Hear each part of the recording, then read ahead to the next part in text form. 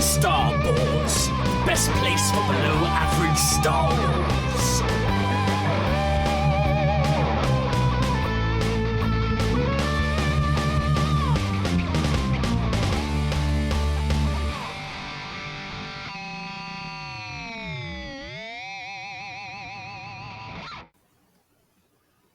Hello there, and welcome to the Star Wars Show, a UK-based Star Wars podcast with in-depth discussions and analysis, always sprinkled with some silliness. I am the Geordie Jedi Pete. I'm Kat Rizialka. I'm Jason Hondo Ling. And I'm Star Wars Ian.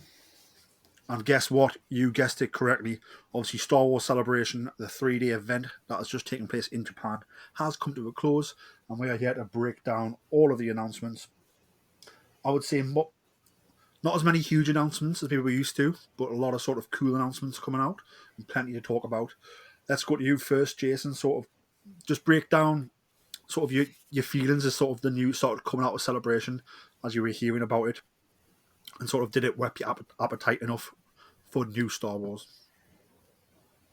Yeah, obviously, like many of us over in the UK, I followed it online with a lot of the announcements popping up on social media and then digging into it deeper. Also getting a bit of feedback from Steve and James from Jedi News, who were there in person. And just last night I managed to catch up with some of the live streams and just see what exciting stuff everyone got to encounter. It looked like everyone enjoyed the event, and lots of cool information coming through.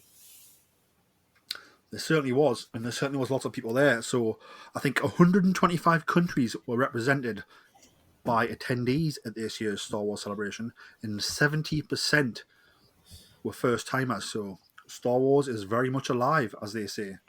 Ian, how did you find the news coming out of Star Wars Celebration? Has it whet your appetite? And was it feeling good waking up early to already some big panel announcements?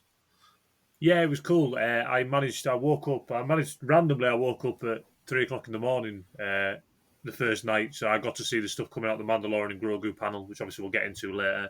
No, it did, especially the Star Wars animated stuff. Like, so we won't get into that, but that really did excite me. One of my favourite characters is getting his own show, so I'm happy with that, as well as the publishing stuff. So yeah, I think there was more news at this celebration than I expected to get. I think it might have been a bit of a dry celebration, but it definitely gave me a lot of stuff to pique my interest and keep me going. Very pleased to hear that. And Kat, I know you're probably loving the merchandise and the publishing. Are you excited for what's coming in terms of those fronts? Absolutely. When the publishing panel was announced and live streamed, I made sure to keep up with the announcements of everything that was coming, because Star Wars publishing is probably my favorite genre outside of the movies, and there is so much that was announced that just looks absolutely amazing. And there's a certain Hasbro announcement that actually had me screaming at my phone. And I cannot wait to dive into that with you. Well, let's kick straight into it. Day one of Star Wars Celebration in Japan was Friday. And what was meant to begin with the Mandalorian and Grogu panel, we got Shawn Levy crossing the stage. Shawn Levy confirming his Star Wars film, starring Ryan Gosling, is in pre-production. It's no longer in development, it's in pre-production. It has a release date of May 28th, 2027, and it has a title, Star Wars Starfighter, and it will be set 5 years after the events of the end of the Star Wars saga as we know it, so 5 years after the events of Episode 9, The Rise of Skywalker. Ian, we'll go to you. I think we've talked about this in previous episodes. I think Kathleen Kennedy did an interview recently where she was saying, this is probably the next movie going into production because it's moved really quickly. It's in pre-production, as we know, so I think this is good to go, and this will be the first Star Wars movie released after Mandalorian and Grogu. Sort of, what's your thoughts of having Shawn Levy and Ryan Gosling there in Japan, and sort of saying, this project's like good to go, pretty much? Yeah, it was surprising. Obviously, we've heard rumours that this is the next film, and it was moving quickly. And it was good to see, obviously, Shawn Levy come out, the director, and speak with confidence. And he had me. Obviously, we've had a few announcements from other filmmakers about Star Wars films that never came. So it was good to see a director talk with confidence. He said, "I have a story, and this will go into production in, I think he said October on the stream." So it's exciting that this actually sounds like it will be made. Obviously, it's got Ryan Gosling attached to it as well, which is hugely exciting. Like I said, I think he will bring in more casual viewers as well, just because it's Ryan Gosling. He's one of the most popular movie stars uh, on the planet. So yeah, it was really exciting, and it's got quite an important role, this movie, because it's gonna give us our first glimpse of the galaxy post Episode 9 and see what the lay of the land will be, potentially what the new government will be, all that type of stuff. So it has got quite an important role, and then obviously it goes. There's other movies going to be releasing in that time period, the Rey movie and all that type of thing. So it will give us that first glimpse of what the galaxy looks like post Episode 9 and what that may look like. It's also important because it's the first movie that's not going to tie into anything we know. So Rogue One, tied directly into the events of stealing the Death Star plans that lead to A New Hope, right? Solo was about Han Solo. So things were very clear about in our minds where this is going to be. It's a new time frame. It's called Star Wars Starfighter. So is it about Ryan Gosling as a hotshot pilot? Almost Top Gun-esque. Very much possibly. And we're sort of going to rely on sort of this story from Shawn Levy and the acting of Ryan Gosling to sell this movie, and not just Star Wars fans, but everyone across the world. So yeah, it is very, very much exciting times. I loved how confident they seemed. And I think someone like Shawn Levy, who's not really, he's not in the Star Wars universe because he hasn't worked on anything Star Wars wise. I think for him to be on stage and to say that, I think it's different when you've got someone who's already in Star Wars who comes on stage to say they're going to do a movie. Like you can get Daisy Ridley, she comes on stage she's doing one, but she probably would be at the event anyway, signing autographs, right? So I just think it's a big get, and I think, less than telling lies, they're on pre-production, and there's a very huge difference between pre-production and being in development. I think it does say a lot about the others that are in development and still in development and nowhere and not close to being in pre-production as well. But it seems that whatever Shawn Levy's came in and pitched to the company, they've obviously jumped on it. They obviously like the pitch, and obviously I think with the success of Deadpool and Wolverine, I think he's available right now, so let's get that booked. Gosling's available right now, let's get that booked, because those are two people who can be very busy. So, if you don't get them when they're available, you lose out. Jason, let's go to you. What's your thoughts on, on the fact we had Shawn Levy and Ryan Gosling there in person on stage talking about this movie that is, in pre-production and going into production this year? Yeah, obviously we've talked about this movie, not knowing anything about it before, and as you say, getting this announcement, knowing that they're as far ahead as they are, is really exciting. Having a release date that's ready to go into production, I'm really looking forward to it. Obviously, the fact that it's Starfighter. So we're expecting lots of X-Wing type fun, which, everyone enjoys. Also with the time frame, there's a certain character that would fit into this perfectly from the sequel trilogy that could also fit into this very nicely and link it to whatever Daisy Ridley's doing.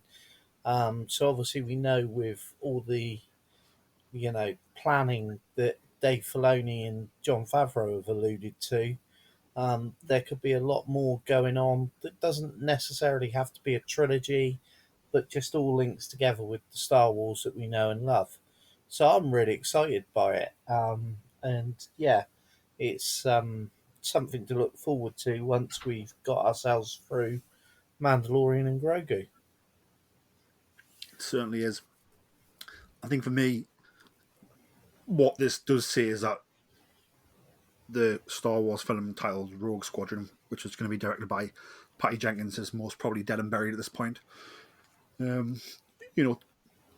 Probably dealing with similar time frames if you believe what was said about that Rogue Squadron project. And Starfighter, Rogue Squadron is about starfighters. very similar genre. So I think you know, there's not two of them coming at the same time. I would hazard a guess. Kat, let's go to you. I don't know if you're how much of a fan of Shawn Levy. I don't know if you enjoyed Deadpool and Wolverine. I know you do watch the Marvel movies, and obviously I love Ryan Gosling, but I don't know if you love him. So talk us through your thoughts on this announcement. Absolutely, I love Ryan Gosling. Him as Ken in the Barbie movie was just perfection, and I can listen to him singing "I'm Just Ken" on repeat all day, every day. And I also felt so confident when he and Shawn Levy came out on stage because it sounds like this film is actually coming and it's coming soon. I think we've spoken on the podcast multiple times about how we're a little jaded when it comes to Star Wars film announcements because I think it's quite clear that Lucasfilm just bit off more than they could chew, and that it ended up with a lot of projects being quietly pushed aside. There's projects that are supposed to be coming and are still in development, whereas this is actually in pre-production, which makes me think there's actual concept art, there's costumes, there's things moving along to get ready for filming.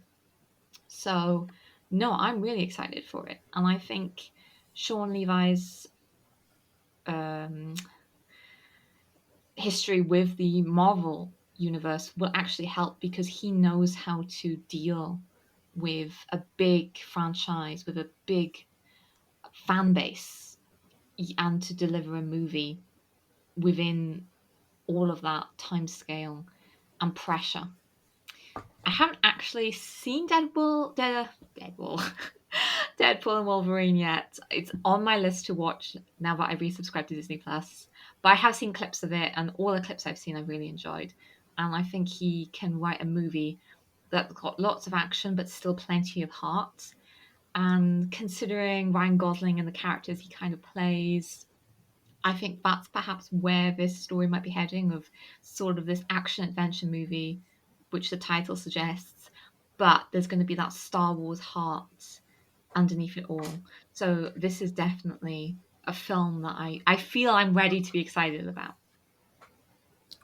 Definitely. And just think, so this is the last project in terms of timeline. This is the last project we've heard about, but it's going to be the second project that comes out.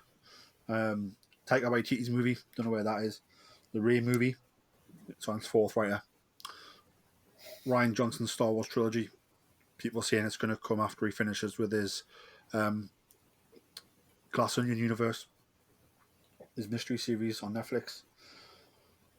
I'm trying to think what other movies. Apparently there was a Kevin Feige movie at one point that was, in the works. So that's just four off the top of my head without looking at anything. But it's good to see we've got one coming, and I think it's very exciting. Like I said, I don't think you get Ryan Gosling on that stage if you didn't know what he was talking about. And I feel that both him and Shawn Levy have, seen scripts, worked on scripts, seen concept art, are very happy where they are and know where they're going as this heads into production, which is very, very exciting. Moving on from that, we'll go into The Mandalorian and Grogu. Quite a cool panel. I haven't seen any of the footage that was shown there, but I'm sure some people in here have, so we'll talk about that. We did see Sigourney Weaver, and we can see that she, we reported a few weeks ago that she was going to be sort of a leader in the New Republic.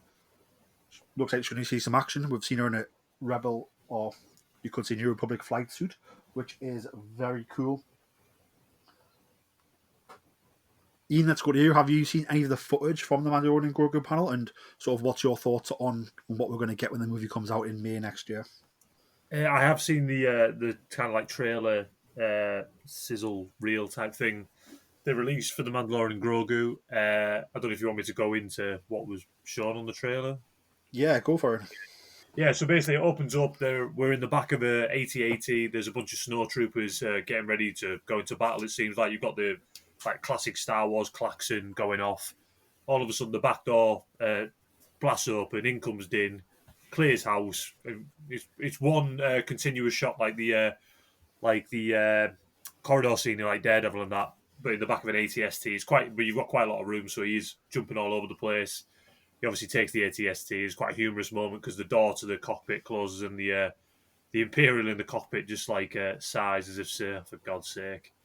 And then Avi comes back outside, and you see one of the ATSTs get blown up, and it falls off the side of a cliff. We're on like a snow planet. It looks like Hoth.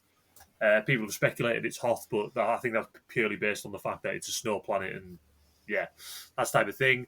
After that, we get to a great scene with Mando, Sigourney Weaver's character, which, interestingly enough, they didn't give her a name. I do have a theory about that, but we can get into that later. And Grogu, where Grogu's trying to take the snacks off the table with the Force, and she puts her hand on the snacks as if to say, "Don't do that." And then we get a couple of shots. We get a shot of the Razor Crest, which looks like it's back. Wonder how that's come back.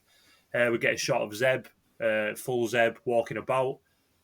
We also get quite a cute scene where Grogu picks up a mouse droid, and then the mouse droid gets dropped to the floor, explodes, and the wheel goes past Grogu, and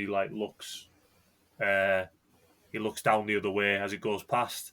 We get the title reveal, obviously Mando and Grogu, and then obviously we see a very muscular Hutt in a gladiator. I can't say the word, in a gladiator arena. Who obviously everyone knows now it's Rotter the Hutt, obviously Jabba the Hutt's son from the Clone Wars movie, and that's how the trailer ends. Jason, have you seen the trailer, and sort of what's your thoughts on what we learned about the Mandalorian and Grogu? Yeah, I had a sneak peek just before we came online, and it looks absolutely just what you'd expect from the Mandalorian and Grogu. Obviously, with the loss of Carl Weathers, and the way that the story ended at the end of the last series with Mando basically being recruited by the New Republic, I think we've got Sigourney Weaver's sort of taken over the mantle from Carl Weathers, and we've again got a really experienced actress who's obviously well known in the genre, and basically can carry the role brilliantly.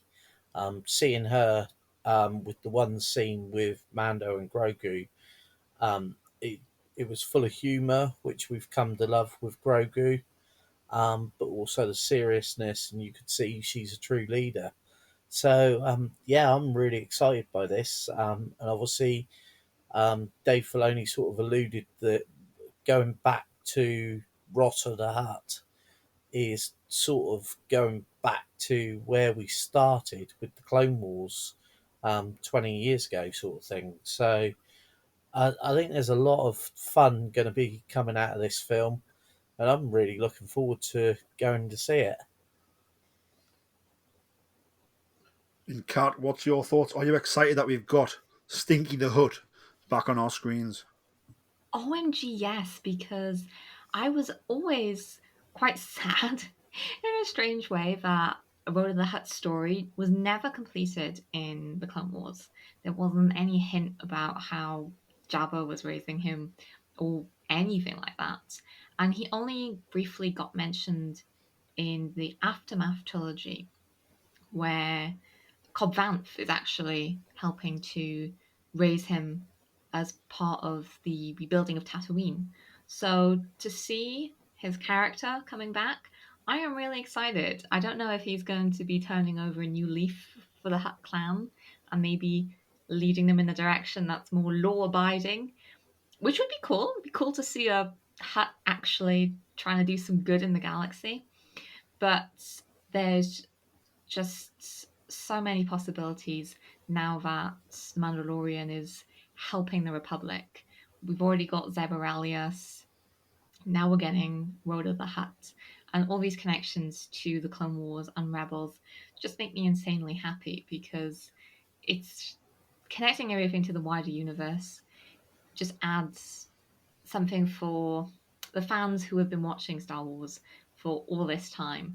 I think what's really nice is that whatever Mandalorian story comes out, new Star Wars fans and new viewers can immediately connect to the Mandalorian and Grogu story because it's very contained. You don't really need to know much more about the wider universe. But then when you get cameos like this and established characters being written into the story, it just adds that little extra something for people who have watched well over 100 hours of the Clone Wars. And from what I also saw, there's a brief moment in the trailer where it looks like Grogu is playing with a droid that looks insanely a lot like BD-1. I mean, I don't think it's BD-1, but I think it's the same model of droid. And yeah, I'm just wondering what that's about. So they have announced that the BDX droids, which are sort of bigger versions of BD-1, which are at Disney parks, are in the movie. Anybody who has shares in NVIDIA, I think NVIDIA built AI chips that help control these droids as well. So it's very cool for everybody in the world, I suppose. But yeah, the BDX droids that are sort of them dancing duck droids in Disney parks are in the movie, and they've got BD heads, and then they've got like bigger square bodies, and then the same feet. So that's what those were. I don't think anybody's mentioned it yet, but oh no, sorry, I'm thinking of this one and not Ahsoka, so I've got myself carried away there.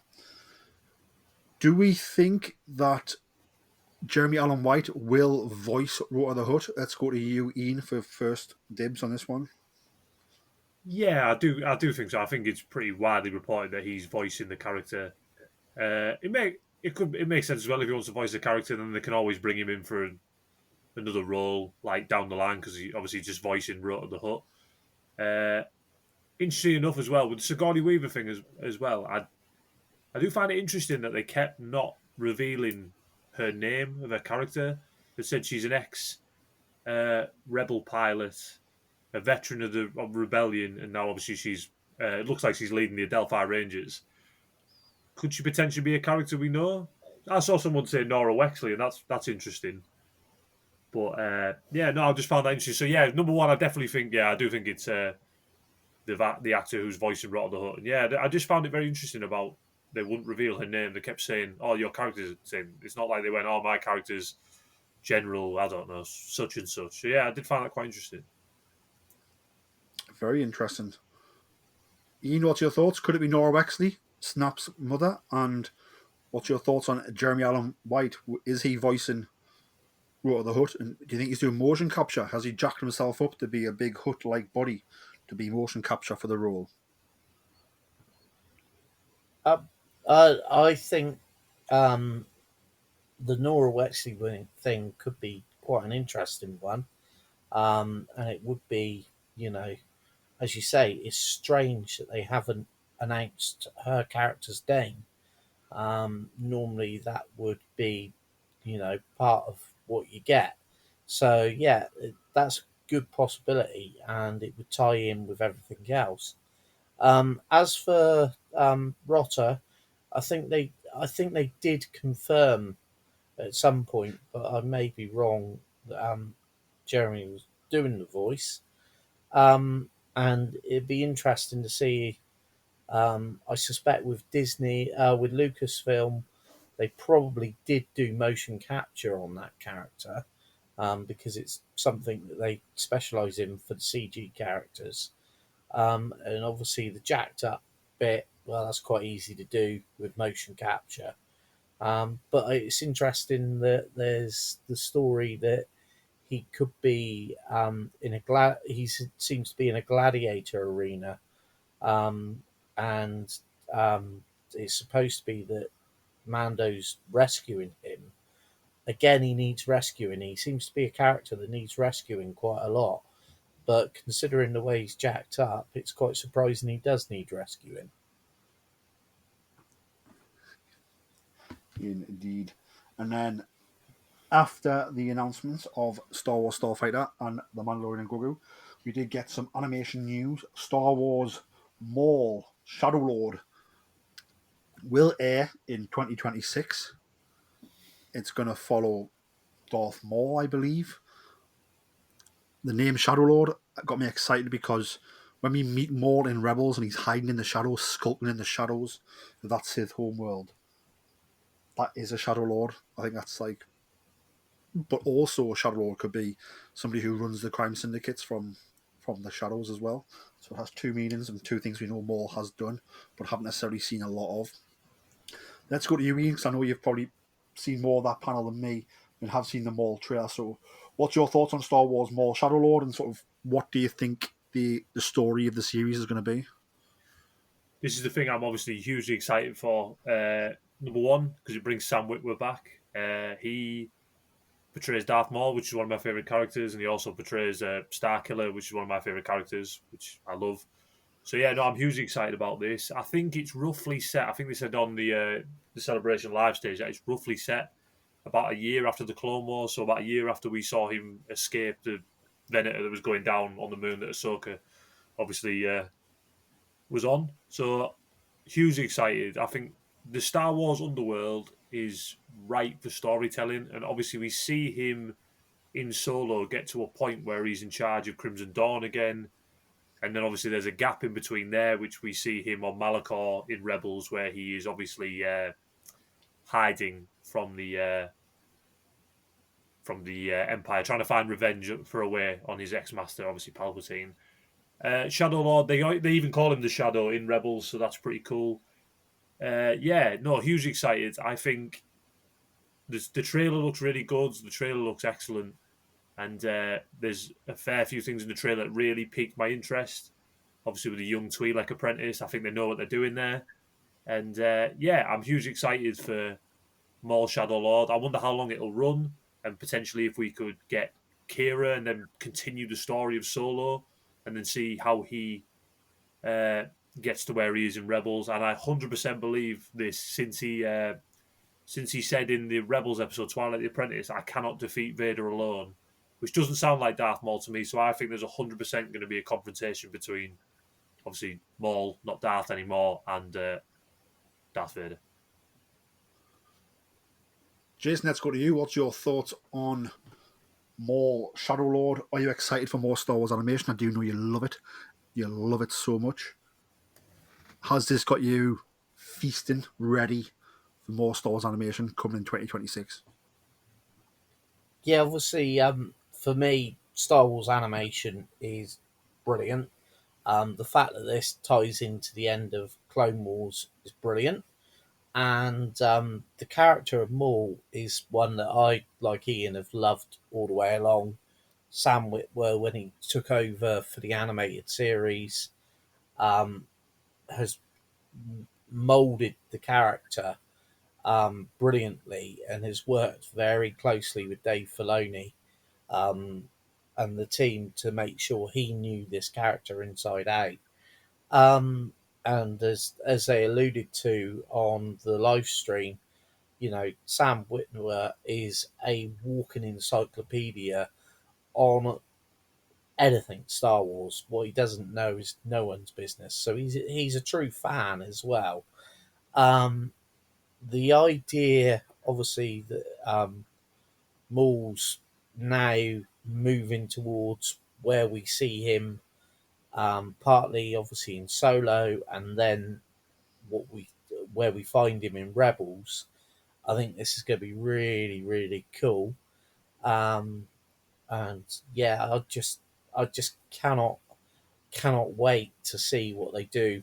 The fact that he seems to be taking an apprentice, I find quite quite interesting, because obviously when we saw him at the end of Clone Wars, he had very much said that, you know, he didn't want to be referred to as Darth Maul anymore. It was simply Maul. So the fact that he seems to be almost then going back to his Sith ways, I find intriguing, and how that's going to play out, because obviously this Twi'lek character's nowhere to be seen when we pick him up in Rebels, and he's very much alone again. So I think we're on an interesting journey, and obviously with the creative team from Clone Wars, Rebels, and Bad Batch coming back to do this story, I'm really excited by it. It certainly is very exciting, and we could learn a lot. Was there any favourite parts of the trailer that you have seen, Jason?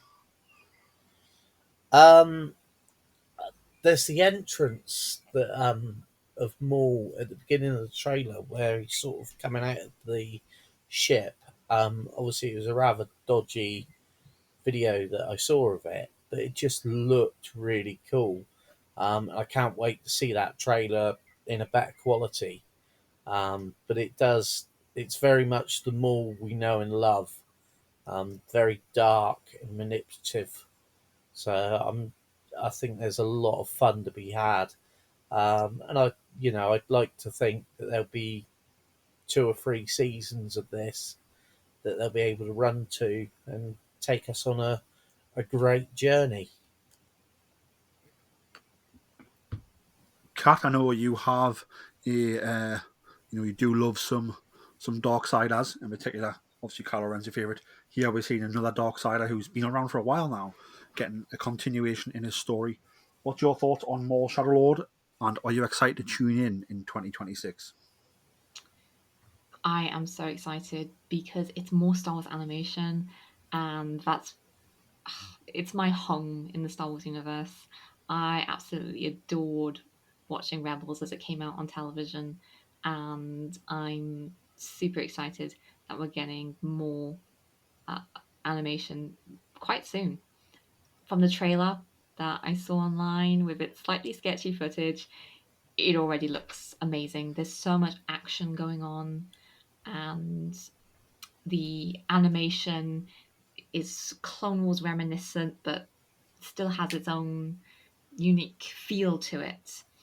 And to see more of Moore's story, so interesting, especially because he seems to be taking on this Twi'lek apprentice, which does tie in a little with his stories and legends.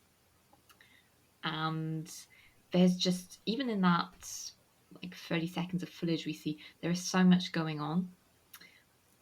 But I think the highlight for me was seeing Maul go against Marok from Ahsoka, and to see those two Darksiders go up against each other. Very interesting. We know that because Marok appears later on in Ahsoka, we know that Maul clearly doesn't kill him. So do they team up? Do they just not kill each other? What's going on there? I have so many questions already, and this will hopefully explain some of what Maul was doing between the events of the prequels and the original trilogy. I think it certainly will, and I think while it'll answer some questions, it'll probably pose more, like give us more questions again than answers, I suppose. Let's just do a quick run through. We'll start with you, Ian. Will this Twi'lek apprentice be called Talon? That might be her Sith name, but I fully believe they know what they're doing there. Like Darth Talon, obviously, in the Legends continuity, is about 100 years after Return of the Jedi. But come on, a Twi'lek with like reddish skin, who, and plus you have the funny story with George where obviously he put the two statues together and said they look like friends and like wanted them put together. So, and it was his idea to have one of his ideas. It's widely reported is one of the ideas for the sequel to his sequel trilogy to have Darth Maul and Darth Talon as the antagonist. So whether it's an homage to that character or whether potentially we'll find out that this is the way of bringing Darth Talon into the canon, potentially, yeah. Jason, will this be Darth Talon?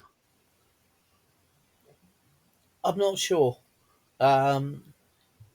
It wouldn't surprise me that they do it, but at the same time, I'm never surprised that they do a little twist on things. I'm just looking forward to seeing everything revealed when we get the series on our TV screens. Kat, is it Darth Talon or is it not? No, because we know that Maul doesn't consider himself a Sith Lord anymore, so he's not trying to train an apprentice Sith Lord. I would be surprised if her real name started with a T, though. We will find out in 2026. So it was a pretty big day for day one of Star Wars Celebration. Obviously, we'd already heard about Mandalorian and Grogu, obviously, and had release dates and things and seen stuff. Obviously, we'd heard that Shawn Levy and Ryan Gosling were doing a Star Wars movie, but here we had it confirmed that it's in pre-production and confirmed a title. And obviously, Maul Shadow Warrior was sort of the new project that no one was aware of. And that was the big announcement that sort of came out of left field. Going into day two, we had the Ahsoka panel, what we learned was that Hayden Christensen is returning as Anakin Skywalker to help Ahsoka on her journey. Rory McCann, we've seen first glimpses of him as Balen Skull, obviously taking over from Ray Stevenson. Rest in peace. And we did learn that it's sort of going to be it's going to be a series set, sort of half set in the Star Wars galaxy as we know it, and half set in the new galaxy where Peridea is. And we're going to have Admiral Akbar in the New Republic versus Grand Admiral Thrawn and the Imperial Remnant in the known galaxy, and then we're going to have Ahsoka looking to stop Balen Skull from what he's doing on Peridea. And we also saw the Loth Kittens. So let's go to you first, Kat, because it is the most important thing. How do you feel about the Loth Kittens? I would die for them. They are just...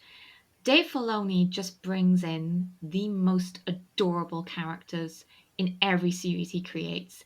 He knows that there are a bunch of animal fans who watch Star Wars, and we always need something new to obsess over, and this time it's the Lothkins. They do look absolutely cute, and I think as soon as Dave did reference it, but as soon as they start selling those on Disney Store and inside the Disney parks, they will make an absolute fortune. Ian, let's go to you. Sort of, what's your thoughts on Admiral Akbar being sort of the main face for the New Republic? He had to face off against Grand Admiral Thrawn. Well, yeah, it's a similar role to what he had, obviously, in the Heir to the Empire original trilogy from the books in the 90s. It makes sense. Thrawn, big threat. Admiral Akbar is obviously the chief of the New Republic fleet. So it makes perfect sense for him to go up against Thrawn. Do I think he'll be victorious against Thrawn? No, I don't. I don't think he will. But I can just imagine. I think since the Battle of Scarif in Rogue One, obviously way back in 2016, I think we've been missing these big, massive spaceship battles in Star Wars, and I'm waiting for this to obviously see stuff like Home One versus the Chimera and all that type of stuff. So, no, I'm hugely excited by this. I can't wait. I hope we see live action TIE Defenders and different starships for the Rebellion and that type of thing. I love seeing an E-Wing and Ahsoka. So, yeah, I hope we see big, massive space battles. Dave did say at Celebration that this will be on a scale that he is very proud of. So I think it's really exciting that we're going to get this big space battle that can go up there and rival the likes of the Battle of Endor and the Battle of Scarif. And those type of space battles. Do we think, obviously, if you go back to Celebration in London 2 years ago, when they announced the 3 movies, that was the Rey film. It was the Dawn of the Jedi movie from, I've forgotten his name now, but the Indiana Jones director. Yep, James Mangold. And then we had the Dave Filoni movie, which was going to be set in the Mandoverse and maybe tell the Heir to the Empire story. It seems like we're getting that in this series now instead. Or does it end on a cliffhanger when it goes into a movie? I don't know. Do you think this maybe means that movie's not happening? I'm not so sure. I think potentially we obviously will have to see how Ahsoka season 2 ends. And potentially the movie still could happen. Maybe because Thrawn comes pretty close in Legends to destroying the New Republic. Like he only, spoiler alert for anyone who hasn't read the book, but he's only killed by his own bodyguard. Otherwise, he would have taken down the New Republic. So potentially, do we see him lay waste to the New Republic in Ahsoka season 2, and then we do the movie, and we potentially bring in the big hitters, Han Solo, Leia, Luke Skywalker, and all that type of thing for the movie, if you know what I mean. Quite possibly. And I think it's very exciting to see where that does go. Jason, I'm very interested in your thoughts on, on Peridea. It looks like Ahsoka's there for a purpose, and that is to stop Balen Skull from doing what he's trying to do and access that power from the Mortis gods, maybe. And Balen Skull's going to be, he's very much the driving force on this planet, which is probably why it was so important to get a new actor. Otherwise, the story wouldn't be able to continue and we wouldn't be getting it. So what's your thoughts on the fact we're going to have Ahsoka versus Balen Skull again? And obviously, because of that, we've had to go to Rory McCann now to be Balen Skull. Yeah, obviously, I've been a big fan of Bane and Skull since he came into it. The loss of Ray Stevenson was tragic, and I've always said I've trusted Dave Filoni to do what he needed to do to carry on the character. I watched a live stream where Dave talked about the process of re- not replacing but recasting Balin Skull, and he was actually almost in tears as he talked about it, which I think goes to show one, and he talks about how much how important Ray Stevenson was to the whole first season of Ahsoka, but also how he thought there was a lot of thought that went into this recasting, and there was a lot. He speaks about how he went to the family of Ray Stevenson to talk about how they were going to do it, and that just impressed me. And they also talk about how, as a both with the Ahsoka series and with the Andor series, how they all became like family working together, and I think that's visible on the screen with the way the way these actors work together. There's clearly, it's not like where you see some struggle working together. These guys are really putting in the effort. So I'm really excited to see what happens with Bane and Skull. Obviously, Dave talked about the Mortis gods. They are being brought into. Obviously, we saw the statues at the end of Ahsoka. Um, that story is going to be very much explored, which is also alluded to with the inclusion of Hayden Christensen as Anakin. So for me, obviously, I'm excited about what's going to be happening with Thrawn and everything, but I'm really excited to see where this Mortis Gods arc and Bane and Skull's going as well. For me, I think that's going to be the heart of the Ahsoka series. So I do actually think that there is a possibility that we're going to get this series. It will wrap up the Mortis Gods arc that they've brought into it, and then take us into the movie, which will very much be about defeating Thrawn. So I think we've got a lot more to come. I could be wrong. It could all be wrapped up in the TV series, but I do believe there's plans afoot. And Dave spoke about that on stage about how the reason it takes time for this stuff to appear on our screens is because they're carefully crafting it, and with every series he does, he's mindful that that's going to affect what is coming next and what is already being developed. So I'm excited by the whole thing, and the Bane and Skull story, I think, is really going to grip the rest of us.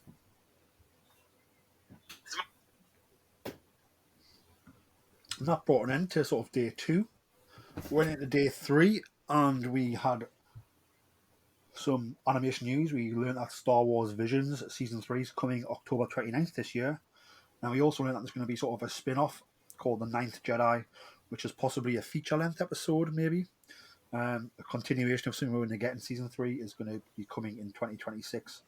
I haven't actually seen all of Vision Season 2 yet, so we'll go to you first, Kat. So what's your thoughts on Vision Season 3 coming in October this year? Are you excited that, these one-off stories, some of them are getting spin-offs here and are getting enlarged upon, which of course is always good for those who are involved with it? Definitely, Star Wars Visions offers so many different ways to tell Star Wars stories, and I think having it at Star Wars Celebration Japan was just wonderful for the people there, because a lot of the Star Wars Visions shorts and episodes have been made by Japanese and Southeast Asian filmmakers, and they often take from those cultures which so heavily inspired George Lucas. So to have it announced there, I thought was just wonderful for them, let alone us.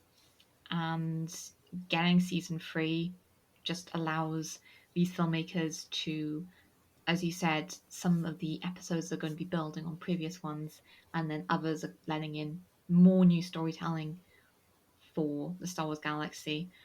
But when it comes to Visions, I'm just always surprised at the stories. I've never been able to predict what will happen in any of them, because the filmmaking in each of them is just so unique. And some of my favorite ones have so far not even have been the ones that are subtitled, because I adore K dramas, I adore C dramas, and I love having films that don't follow the Western storytelling format. And that's what I find then much harder to predict about them. But all Star Wars stories are great Star Wars stories. So to have more visions, yeah, just icing on the cake. Jason, I know you're a huge fan of Star Wars animation. How excited are you that we're getting Star Wars Visions 3 this October? And how excited are you that we're getting it's going to live on in spin-offs into 2026? Yeah, the Visions episodes, I think I spoke before, for me are reminiscent to the stuff that was done when The Matrix first came out. Um, they're they're very different, and I like the fact that we can see different people's interpretations, different ideas, um, but still feels very Star Wars. So yeah, and obviously this time around, I think if I remember reading rightly, with season 2, um, for example, Aardman Animation did an episode, but I think this time it is purely the Japanese studios that have worked on these episodes. So we're going to get back to what we saw with the first season of Visions. So it'll be very interesting, and like they've alluded to, obviously George took a lot of inspiration from the samurai films and that sort of thing. So this, with Visions, we get those sort of stories again told through the medium of animation, and it's just great to see many different styles brought to the front. So I'm looking forward to exploring what they bring to the party. Ian, Star Wars Visions, how pumped are you for it to be coming this year? And obviously, how pumped are you to see that it's going to continue into the year after as well? Yeah, I'm excited for it. They're very different stories. To be honest with you, I'm not the biggest anime fan. I just never have been really. I have watched a few of them, but I'm glad for obviously for the fans who enjoy that sort of thing. Uh, that's they're getting more of it because, like I said, there's different stories for different people for different appeals. So yeah, no, I'm glad that people are getting more of them. People seem to enjoy them, and yeah, I'll probably check a few out when they do come out again. I certainly do want to catch up on season 2 now, so I can be ready for season 3 coming in October. It wouldn't be Star Wars Celebration without talking about Disney parks and the updates to Millennium Falcon Smugglers Run, which can be found in both Star Wars Galaxy's Edge on the East Coast and West Coast. Obviously, we've talked about in the past that they've mentioned that the Mandalorian and Grogu special adventures are coming to the ride. That's confirmed to be coming on May the 22nd, 2026. So on May the 22nd, 2026, the ride will change and you will go on adventures with the Mandalorian and Grogu when you do ride Millennium Falcon Smugglers Run. 4 new planets are getting added, so you can journey to Tatooine, Bespin, the Death Star wreckage, and Coruscant.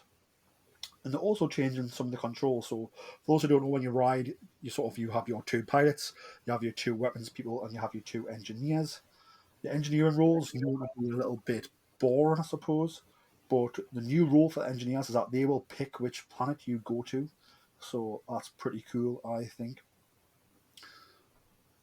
I know no one here, I don't think, has been to Galaxy's Edge since it opened, but let's just go to you, Kat. What's your thoughts on these changes to the ride, and do you think it adds something, that the fact that we can constantly update these rides, I suppose?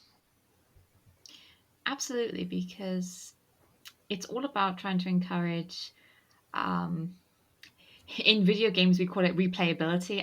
I suppose re-rideability would be the equivalent in a theme park, in the sense that for people who have done these rides previously, and sometimes numerous times, there is now a reason to go in and explore something new. And there's more content to attract those people who have been before. Whereas if it wasn't being updated, you wouldn't really have as much impetus to go on the ride again. However good these rides may be, there are so many rides in the Disney parks to choose from and to queue for that maybe some people would think about skipping it. But the fact that you can now go to Bespin, excuse me, that is the most beautiful Star Wars location. I will die on that hill. And I've seen the concept art for that and it looks absolutely stunning. Take me there. Ian, how excited are you that sort of this ride's evolving? We're going to see more Star Wars locations building it. It's almost following in the footsteps of its predecessor, Star Tours, where we're constantly adding things to that adventure, I suppose, to where it's now fully customizable and you could get many different adventures on Star Tours. This is sort of now starting to go in a similar way, not quite as expansive, but it's still only new. You know, Star Tours is over 30 years old now. This ride's only been around since 2019, I believe. What's your thoughts on the expansion of the ride and tying in with the Mandalorian and Grogu movie? Yeah, it makes sense if you're going to tie it to obviously a big franchise movie. I think it's exciting. Obviously, I've never had the chance to ride it. I hopefully one day I can when I make my way out there eventually. But it's hugely exciting to see. Bespin's the one that sold me. Like Kat said, I'd love to ride around Bespin. I think it's one of the most beautiful places in Star Wars. So yeah, no, and it makes sense to tie it to the film and get people into the parks based on the film. Jason, are you going to ride with Mandalorian and Grogu? And if you were, which planet would you pick? Tatooine, Bespin, the Death Star wreckage, or Coruscant? Yeah, I would. I dream of going for a ride on the Millennium Falcon. Obviously, Steve and James have both done it and told me how exciting it is. And I think the fact that now you can pick where you're going is going to be really cool. I'd actually quite like to explore Coruscant because obviously we know it's this vast planet city sort of, and the sort of footage that we've seen in Attack of the Clones with the speeder chase and that. I think that'd be pretty cool flying the Millennium Falcon through there. So that would be my one to go to. I love all the others, but that one I think would be pretty awesome. Especially if you get to say Buzz the Jedi Temple, that'd be pretty cool. And then there was also a video game announcement for May the 2nd. Star Wars is coming back to Fortnite. Lots of things happening in the month of May. And the biggest thing, I think, was that you will include Darth Jar Jar in Fortnite. You all know Fortnite's very sort of fun and tongue-in-cheek. And I think Darth Jar Jar totally matches that. And the last big thing for the day was obviously the closing ceremony. And that is that Star Wars Celebration will return in 2027, and it will be in Los Angeles from the Los Angeles Convention Center. It will be from the 1st to the 4th of April in 2027. Obviously, so it's back to 4 days. So this celebration was a 3-day event, which I think is the first time it's been 3 days for a while. But it's back to 4 days in 2027. It also coincides with the 50th anniversary of Star Wars, which will be very, very special. Ian, let's go to you. How excited are you that it's going to be in Los Angeles? Were you expecting this? Were you expecting somewhere else? And what's your thoughts on being back to a 4-day event? Yeah, obviously it makes sense. Obviously to hold it in 2027, like you said, it's the 50th anniversary of Star Wars, and that makes total sense. I was surprised it's in California. However, thought it would be Anaheim, like that type of thing for the Disney parks and that type of thing. But yeah, no, exciting. Yeah, like I said, and plus 4 days. I'm maybe because it was in Japan, it's a bit out of the way. Obviously, for people in the States and all that type of thing, maybe that's why it was 3 days. So yeah, no, it makes sense to be 4 days again. Yeah. I think if you look at everything we've gone through, like it all fitted into a 3-day event. So if Japan had a fourth day, like what would have been happening on that day, like announcement wise and panel wise, because each day was sort of nicely packed. So if they had nothing else to take, I don't know how a fourth day would be possible. So I'm assuming they assume, the fourth day, obviously that day will probably be an anniversary type thing for Star Wars, as well as any other projects. I agree with you.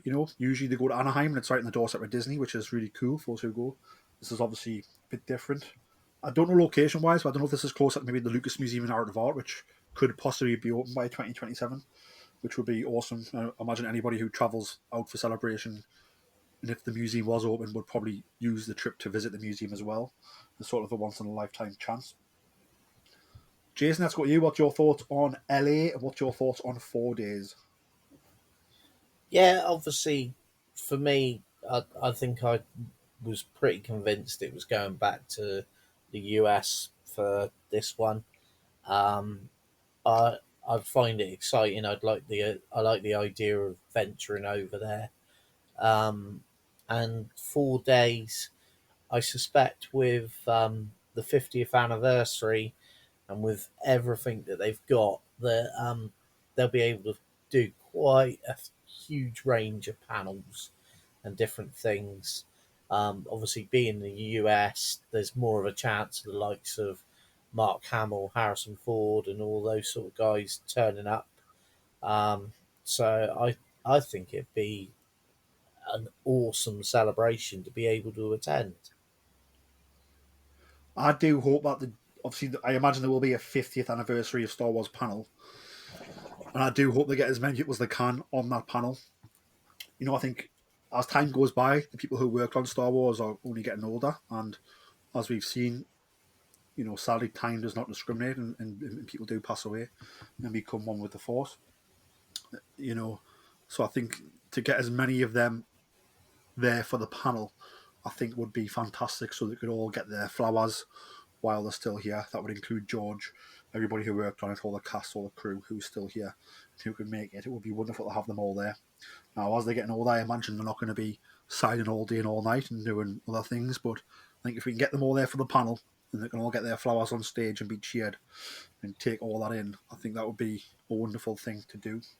Because as time goes on, I think, when we get to a 60th anniversary, the amount of people left will be fewer again. So it's important to try and give these people their flowers while they're still here, to appreciate them. Kat, what's your thoughts on it going from 1 day to 4 days?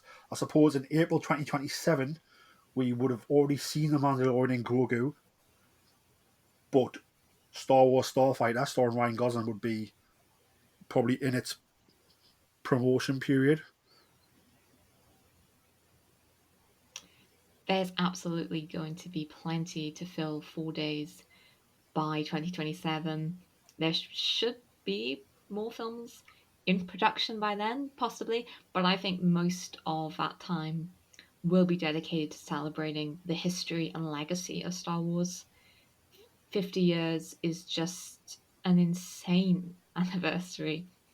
The fact that there's still so many passionate Star Wars fans 50 years after the film came out, it's mind-boggling to think of that number and to think about the long-lasting impact that Star Wars has had on so many people across the world. And I would just love it if the 4 days was just dedicated to that. Go into the costume designing, go into the music production, go into the Foley artistry. Just give like a deep dive making of how Star Wars came to life. And I did just wonder if it might be in Los Angeles because there are quite a few orchestras available in Los Angeles for a certain John Williams to direct if he was brought out on stage? That certainly would be awesome. And I think, again, I think, you know, everyone's immortal. In time adds for everybody. So I think, yes, if John Williams can, I think we need to do that. And take advantage of that time we have. It would be absolutely magical. That wraps up all the main points on day 1, day 2, and day 3 from Celebration that I had sort of written down. Some of the things that happened, I suppose, there was quite a lot of publishing news. So, Kat, I don't know if you want to take us through the publishing news that you went through. Absolutely. So there's quite a bit that's been announced. We've had the finale of the High Republic have been announced with High Republic Adventures Phase 3, the Battle of Eriadu. If anyone is a Tolkien fan, they'll know that Eriadu is his home planet. And that's just a one-shot series that is going to feed into the wider story, which concludes with Trials of the Jedi by Charles Soule. And the back of the book says, a single life, any life, all life is the Force, connected to all others, connected to all things. This is what the Jedi believe. This is why they fight for everything and everyone, for life and the light. And it's usually been for light and life, but that final line has been switched around, hinting at the darkness that has been enshrouding the Jedi for all this time. And this conclusion is just what everybody has been waiting for. I need to catch up on Phase 3. I think I've mentioned in the past that I was a little burnt out after Phase 2 because I became so attached to those Phase 2 characters. But these announcements have made me excited to get back into Phase 3, especially as Ember, our favourite Charhound, features on the cover for Trials of the Jedi. And then we also have Star Wars: The High Republic, Fear of the Jedi, which is the main Marvel series by Cavan Scott, which will finish the story of Keeve Trennis and her former master Skia, which Keeve has been my favourite character throughout the timeline, and I'm hoping for a happy ending. Cavan, please give us just one happy ending. So that's everything to do with the High Republic. We've also had more Yord Horde announcements with the Acolyte, the Crystal Crown, which is going to be a young adult novel by Tessa Grattan, featuring obviously Jackie and Yord before the events of the series, probably as he tries to maybe train his Padawan. She might appear for more than a few seconds in this book, who knows? We've also had some announcements for art of books, including Andor and The Acolyte, as well as a beautiful art book for Doug Chang's production work throughout his time working at Lucasfilm, which looks an absolutely beautiful tome. Then there's more Star Wars hyperspace stories, this time focusing on Poe Dameron during the time of the Resistance. And that's going to be written by Ethan Sachs, which is going to be arriving very soon in April, so just in time for the 10th anniversary of The Force Awakens. And we also had an exclusive sneak peek at some of the upcoming issues for Legacy of Vader. This is what I'm currently reviewing on Jedi News. It's featuring the story of Kylo Ren as he explores his past that he would prefer to destroy and forget. But obviously you can't exactly destroy everything that has made and shaped you. But we've had an exclusive sneak peek at some of the concept art for a new Knight of Ren character. She's called Tava Ren, and she's going to be appearing in some of the upcoming issues. So that's really exciting because he's going to be facing her down, and she's an Order 66 survivor. So There is so much to unpack there. I'm really excited, especially as Legacy of Vader issue 3 was a really deep, dark issue. That one absolutely smacked me in the face.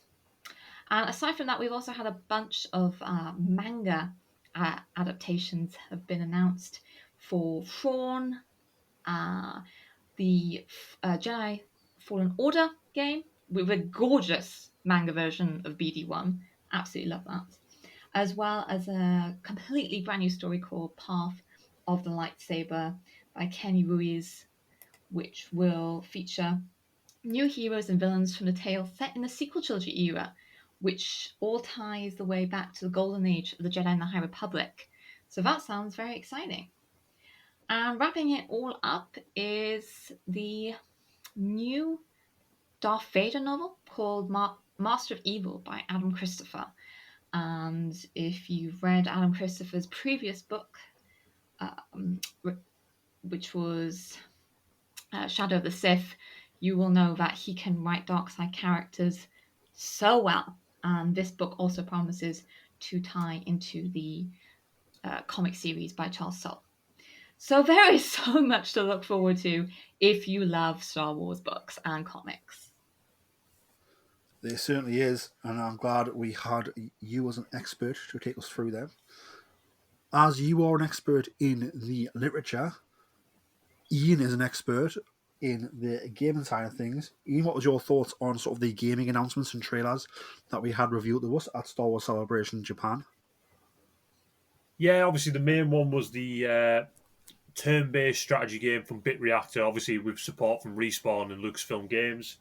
That is called Zero Company, and you lead a squad of people that are set in the Clone Wars era. There was a trailer that dropped for it at the event, and it's like a turn-based strategy game where you lead a squad in the Clone Wars against various objectives and try and obviously win the game. So yeah, no, who's excited by that? I think you can customize all your characters. I haven't seen everything from it. I need to go back and rewatch the panel, to be fair. But I think you can customize all your characters, and yeah, it looks promising. It looks like a different type of game in the Star Wars space. Did you see anything about the new expansion for Star Wars Outlaws, A Pirate's Fortune? Yes, sorry, I did forget about it. Yes, A Pirate's Fortune obviously brings in the great Captain Hondo Onaka, obviously voiced by Jim Cummings, and that comes out pretty soon. I think it's May 15th that comes out. Yeah, it continues in Star Wars Outlaws. Obviously, Kay Vess teams up with Hondo to go on a treasure hunt. There's quite a few funny lines in the trailer. Obviously, Kay says to Hondo, they're both in prison together. Is your crew coming to break you out? And he says, quite funny, I'm in between crews at the moment, which since after the Clone Wars, he's been in between crews. We've seen him with various crews that he never seems to stick together with. So yeah, no, huge exciting to obviously see Hondo back. It fits like a glove for that type of game. And yeah, hugely excited for it. Jason, are you going to buy Outlaws just so you can interact with your favourite person, Hondo Onaka? Oh, it would be tempting. I have to admit, I watched the footage and seeing Hondo. The only sad thing was, obviously, we discussed how Jim Cummings had done the motion capture stuff, and we were hoping it was going to be in one of the TV series or films, but it looks like it was for this game. So a little bit heartbroken there that still no Hondo in live action, but it does look a lot of fun. It certainly does. Kat, is there anything about Star Wars Celebration or Star Wars in general that you want to talk about that we haven't covered? Well, we haven't covered some of the Hasbro announcements, and this is what made me scream at my phone. Let's do Hasbro. So Hasbro did announce absolutely plenty as well. And what particularly made me scream at my phone is that we are getting a Black Series Turgle from Star Wars Jedi Survivor. He broke the internet. He captured our hearts. You can now have him as a figure on your desk, capturing your heart every day. He comes in a double pack with Cal Kestis in his mullet, because that was also a thing on the internet. Look up the hashtag. It was a thing. And alongside that, we're also getting why has her name escaped me? Cal's best friend, Merrin. Merrin. We're getting her as a Black Series figure from Star Wars Jedi Survivor, so in her more practical combat outfit. As well as that, we're getting quite a few new vintage collection series, as well as a fully hairy, very cute Bantha for a Tusken Raider to ride on, which looks absolutely super cute. We were only talking quite recently about how we wanted Black Series figures to have more vehicles or accessories. Well, here we go. We've got our own very own Bantha. You can even brush the hair on this guy.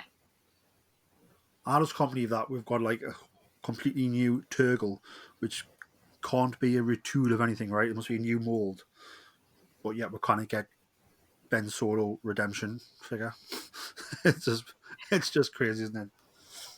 But we kind of call them names when they've created a new figure, and that's sometimes a lot of our gripes is that they do too many repaints.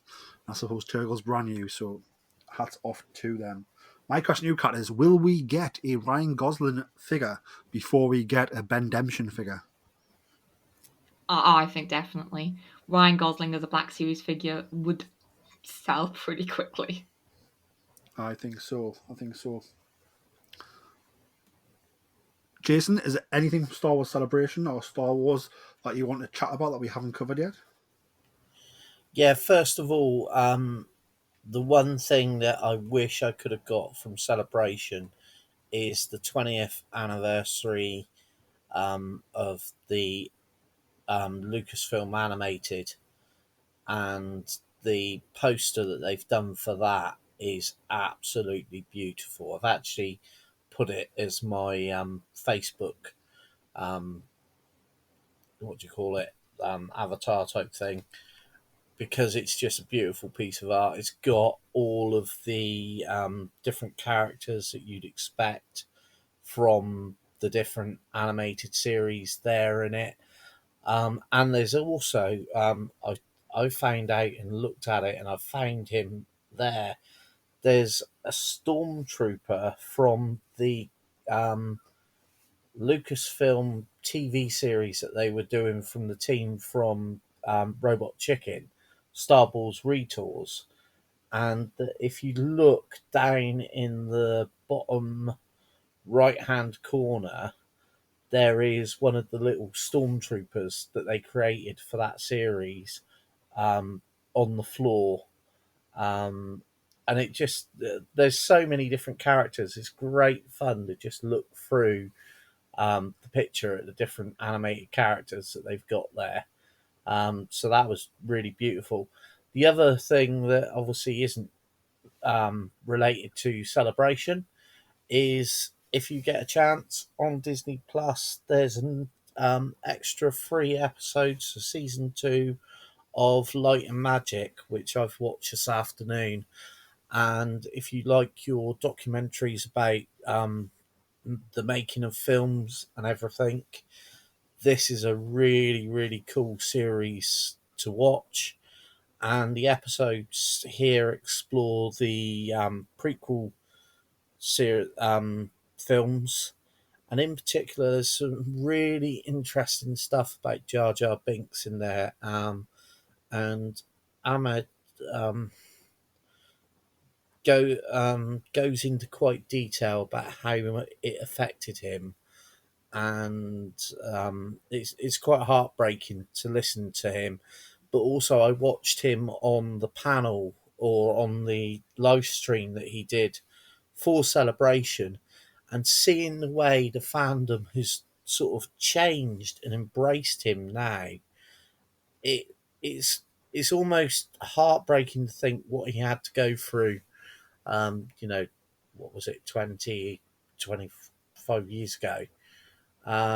But his story is told in this quite graphically, and it is heartbreaking to really hear in his words how much he was affected by it.